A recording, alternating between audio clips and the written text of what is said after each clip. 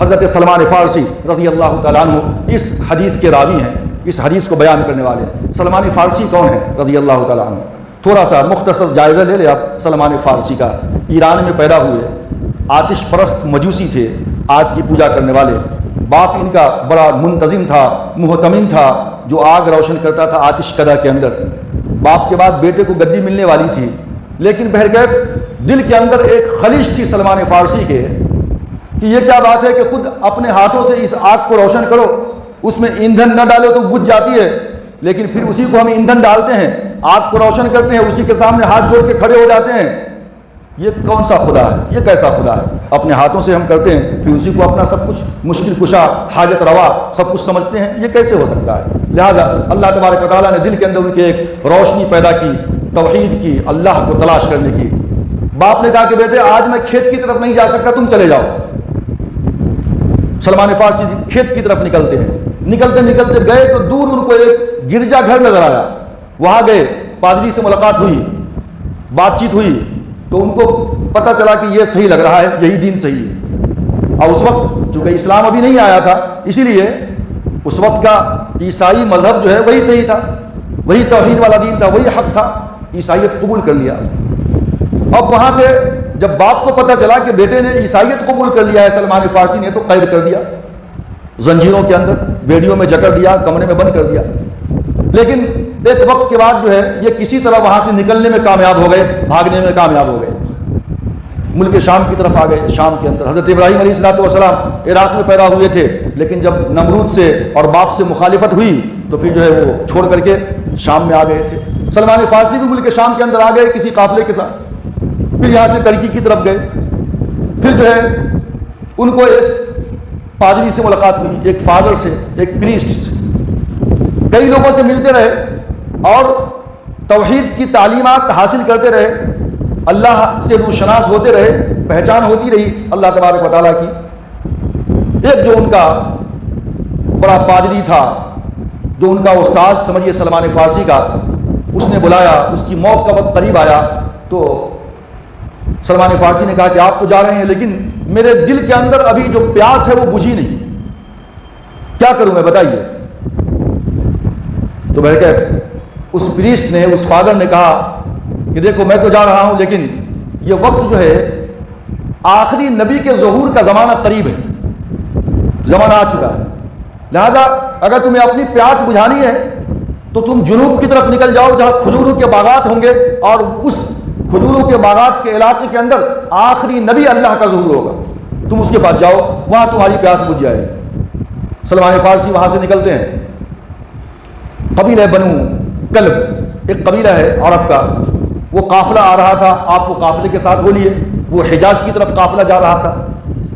جاتے جاتے مدینہ کے قریب میں وادی القرا بہت بڑا علاقہ ہے، وہاں پہ جانے کے بعد یا تو کسی دوسرے ڈاکو کی ٹولی نے حملہ کیا، یا پھر قبیلہ بنو کلب کے لوگوں نے غداری کی اور ان کو اپنا غلام بنا لیا، اور وادی القرا کے اندر ایک یہودی کے ہاتھوں بیچ دیا، غلام بن گئے، بیچ دیے گئے۔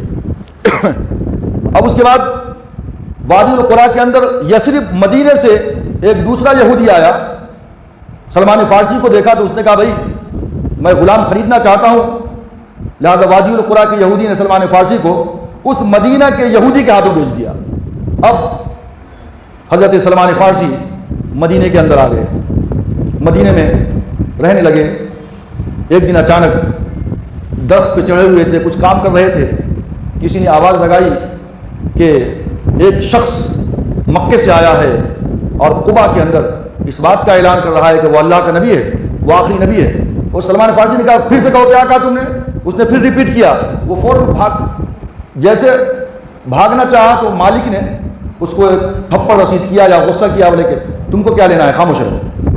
بہرکیف اللہ کے رسول صلی اللہ علیہ وسلم مدینہ تشریف لائے، اور اس کے بعد اس کے کان میں سلمان فارسی کی بات تو گونج چکی تھی کہ وہ کھجور کی سرزمین ہوگی۔ پھر اس شخص نے کہا کہ ایک شخص آیا ہے مکے سے، یا پھر اگر ان کو یہ معلوم بھی تھا کہ مکے میں ایک نبی کا ظہور ہوا ہے جو نبوت کا دعویٰ کرتے ہیں، لیکن ہے تو غلام، مدینہ سے مکہ جا نہیں سکتے۔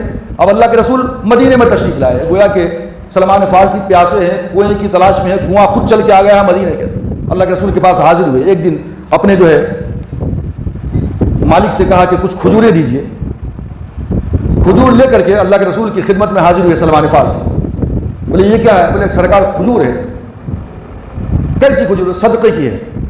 بولے کہ نہیں یہ میں نہیں لے سکتا، اس کو قبول نہیں کر سکتا، یہ غربا میں تقسیم کر دو. سلمان فارسی کو وہ پریسٹ نے بتایا تھا کہ اس نبی کی نشانی یہ ہوگی کہ وہ صدقہ کے مال کو قبول نہیں کریں گے، وہ تحفہ کو قبول کریں گے، ہدیہ کو قبول کریں گے. چنانچہ گئے دوسرے دن یا کچھ دنوں کے بعد پھر مالک سے ریکویسٹ کیا، کچھ کھجور لی، ٹکڑے میں ڈالا اور اللہ کے رسول کی خدمت میں حاضر. اللہ کے رسول یہ کھجور آپ کی خدمت میں پیش. اللہ کے رسول نے پوچھا کیا ہے؟ بولے یہ تحفہ ہے. اللہ کے رسول نے کہا ٹھیک ہے میں یہ قبول کرتا ہوں، لیتا ہوں. آپ نے بھی کھایا، صحابہ کرام کے اوپر تقسیم کیا، کھلایا.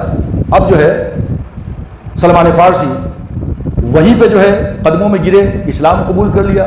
یا پھر ایک تیسری نشانی کے بارے میں بھی آتا ہے کہ جو ہے وہ جو مہر نبوت ہے جو آپ کے شانوں کے اوپر تھا، آپ نے اس کو دیکھا ایک جنازے کے اندر، قبرستان میں گئے تو آپ نے اس کو چوم لیا اور وہاں پہ جو ہے آپ نے اسلام قبول کر لیا.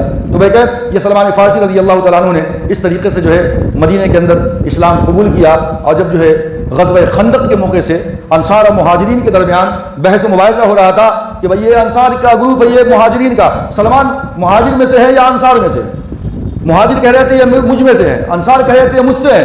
اللہ کے رسول تشریف بولے کیا بات ہے، کیا بحث ہو رہی ہے؟ پتہ چلا کہ انصار کا دعویٰ ہے کہ سلمان انصار کے اندر سے ہے، مہاجرین کا دعویٰ ہے کہ سلمان ہمارے اندر سے ہیں. اللہ کے رسول نے فرمایا کہ سلمان فارسی منا ومن اہل بیت، سلمان فارسی نہ مہاجروں میں سے نہ انصار میں سے، یہ مجھ سے ہیں، یہ میرے اہل بیت سے ہیں. یہ سلمان فارسی رضی اللہ تعالیٰ عنہ کی شخصیت تھی. یہ اس حدیث کو بیان کرتے ہیں. عن سلمان الفارسی رضی اللہ تعالیٰ عنہ قال خطبنا رسول اللہ صلی اللہ علیہ وسلم فی آخری یوم من شعبان. حضرت سلمان فارسی فرماتے ہیں کہ رسول اکرم صلی اللہ علیہ وسلم نے شعبان کے آخری دن ہم سب کو خطبہ دیا، صحابہ کو جمع کر. کیا خطبہ دیا؟ فقال یا ایھا الناس، تو آپ نے فرمایا اے لوگو قد اظلکم شہر عظیم شہر مبارک شہر فیہ لیلۃ خیر من الف شہر. ایک بہت ہی برکت والا مہینہ، بہت ہی عظمت والا مہینہ تم پہ سایہ فگن ہے. ایسا مہینہ تم سے سایہ فگن ہے کہ جس کی ایک رات، اس مہینے کی ایک رات 1000 مہینوں سے بہتر ہے. جیسا کہ